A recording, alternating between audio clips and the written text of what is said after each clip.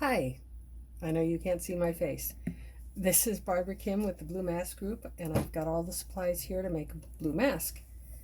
This is a piece of Halyard 600, which is an N99 rated fabric. It is 7 inches wide by 17 long. This is 2 pieces for the elastic casing that's going to go across your cheek, 2.5 by 5 inches. It's a piece of wire cut to 6 inches and curled just a little bit under the edges. Cord lock, and this is the nose wire casing, which is 3/4 by 7. So first things first, you need to be able to tell the difference between the right side and the wrong side of the fabric. With the light, hopefully that'll make it easy. That's the right side, that's the wrong side. I'll put it down. Okay, I hope you can tell.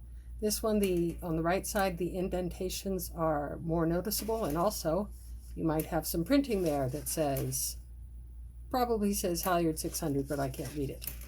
So I'm going to start by taking the wrong side of the body of the mask, put the casing for the nose wire on it, right side up. If you get it wrong side up, it doesn't really matter. And I'm going to sew across the bottom right here.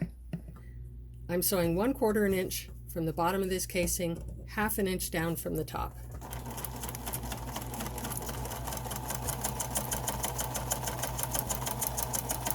It's a simple straight stitch all the way across.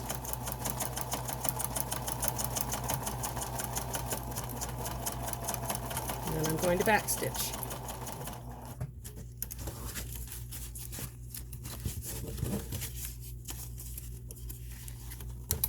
Okay, now I'm going to turn this to the right side and have it right sides together and sew straight across the top 1/4 inch seam. Again, you cannot pin this, but you can use all kinds of different clips if you want. So I'm going to line this up so it's straight. You can use these quilting clips, you can use hair clips, you can use paper clips. And now I'm going to sew a 1/4 inch seam down from the top and back tack.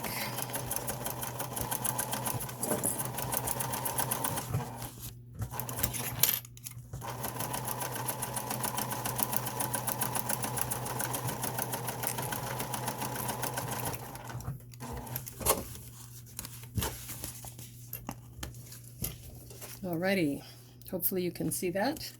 Now going to turn it inside out. Like so.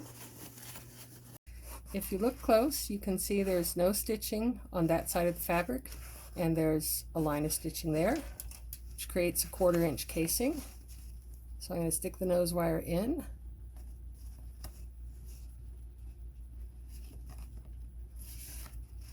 And you want to be careful, it's got that hook on the end, so you might have to wiggle it around a little bit to make sure it gets in there without getting stuck on the fabric. And once it's in, you want to center it, like so.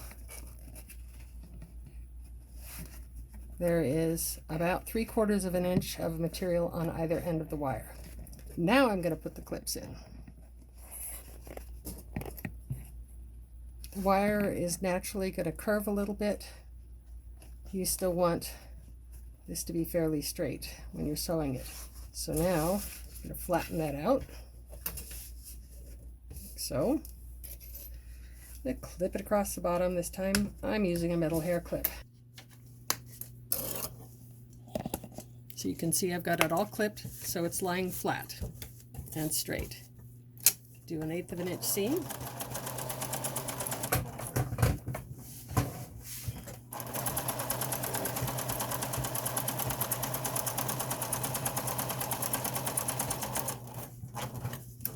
These seams I don't actually have to do any back tacking on. But normally I would just flip it around, but for this, because we really want no distortion of the grain, we're not going to flip it the usual way. I'm sewing from the top down both times.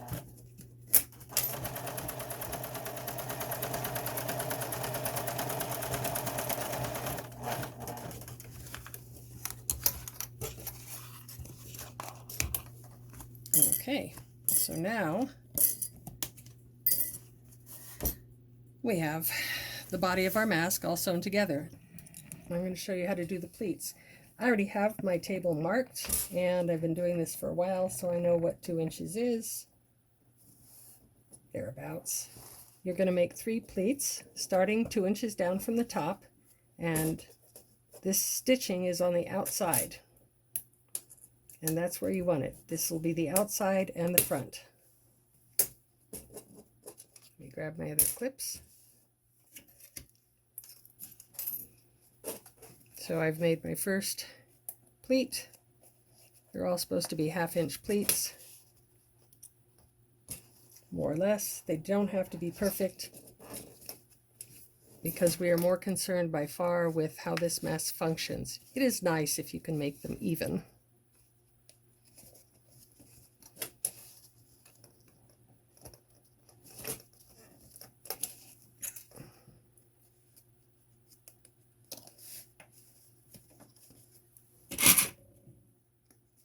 Those actually look a bit bigger than 1/2 inch, but the important thing now is I'm going to measure it. So again, this is the front outside where your nose will go. It should now be 4 inches long. This one's a little bit big. That one's pretty much on the mark. So I will look and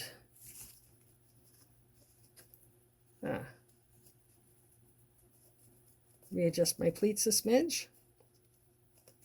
Clip again, measure again.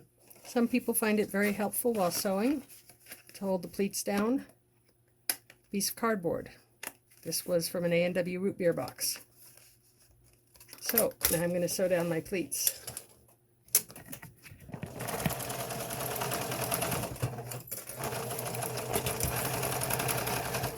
Again, don't need to back tack here. I'm just tacking the pleats down. And as before, I'm sewing top to bottom.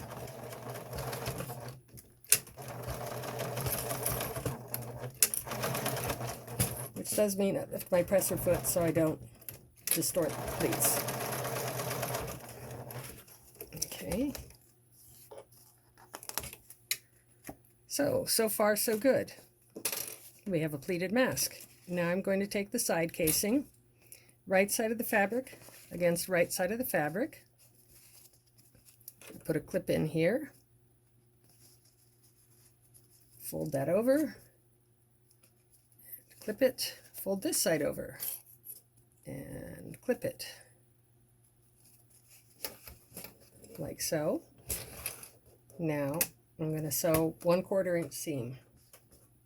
I'm going to start sewing 1/2 inch in and go backwards. And I'm going to put a shim, which is just a few folded layers of fabric, behind my presser foot.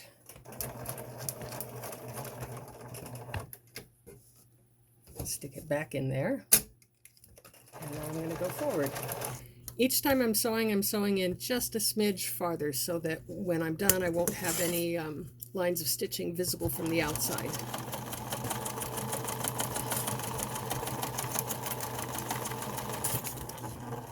But since I started out sewing 1/8 inch seam, I'm now only up to 1/4, which is just fine.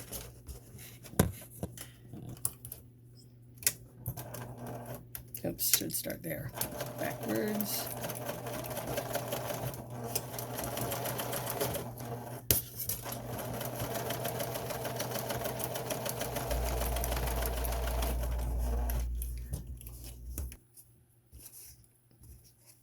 Okay. There we go. Now I'm turning these inside out. Pull on them gently. You can't not press this fabric. You can't use an iron on it. You can sort of get a little crease in it if you finger press it, which is just doing that. Not much of a crease. So I'm going to turn these over. You can see just like that, there's a little triangle there, a little triangle there, which just means I need to sort of wiggle it around a little bit so we don't have a lot of that showing.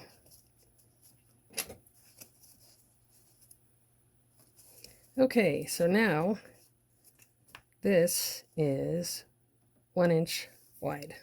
and I'm going to top stitch it. I'm going to start from 1/2 inch back and get my shim, go back stitch,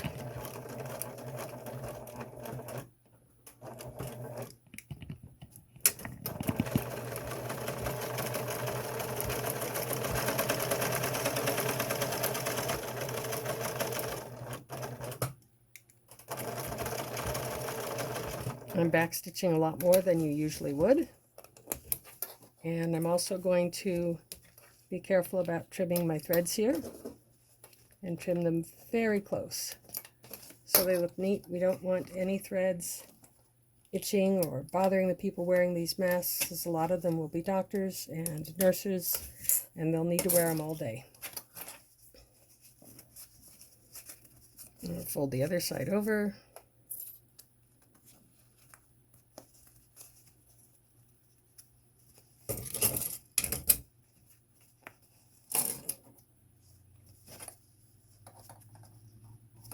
Roll that one a little bit with my finger. And again, it's 1 inch.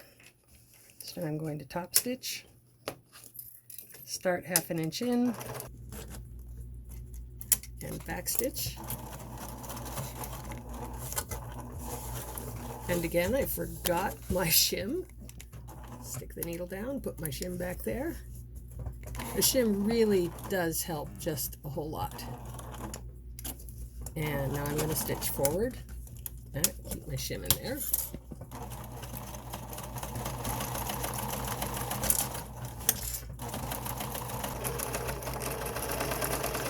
And back stitch. You might notice my sewing machine light is blinking. Oh, drat. Sewed my shim. Cut it off though without cutting the stitches. Now I'm going to clip these threads again pretty close.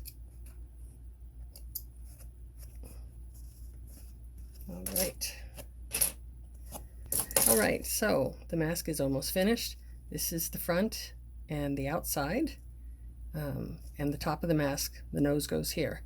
We need to put a pleat in for under the chin. So I'm going to pull this out like so and turn it over. So this is the inside of the mask.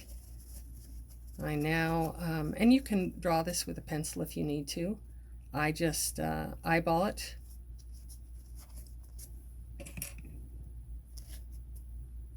I'll put a clip right here. Now I'm going to sew a small triangular dart that goes 3 inches from this corner. Not 3 inches, 3/4 of an inch from here and 3/4 of an inch up. It's very important that this dart be sewn strongly, and it's got to be stronger than your average dart. I'm going to sew from the point down to the end, 1 stitch off the edge, back stitch all the way up, and then I'm going to move my needle slightly inside and sew down and back again.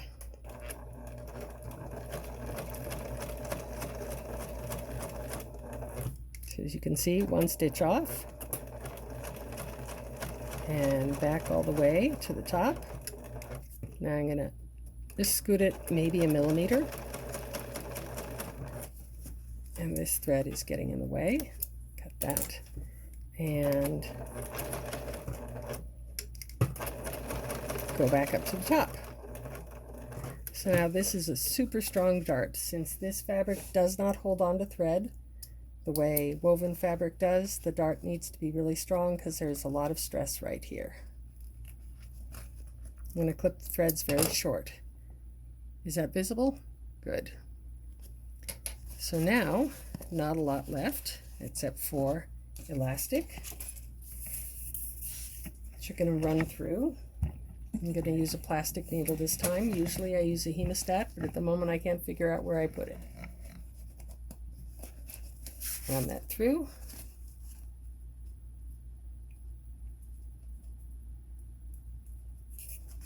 This elastic has been either sealed at the ends with a little super glue, or we heat sealed it. The cut ends of the elastic will be on the top of the mask, not the bottom. That's very important. Then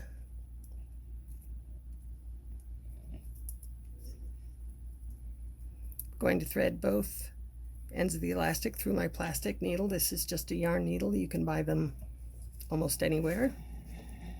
Run it through the cord lock, so I squeeze and pull. Gonna tie a knot at the end. Some people put a little pony bead at the end to prevent the cord lock from ever falling off, like so. So now we have a blue mask. This is the strap that goes around the back of the neck. This goes around the back of the head. And next, you'll get to watch a different video that'll show you how to make the strap that goes over the top of the head for better fit and more comfortable wear. Thanks so very much for helping with this project. It's really appreciated. Bye-bye.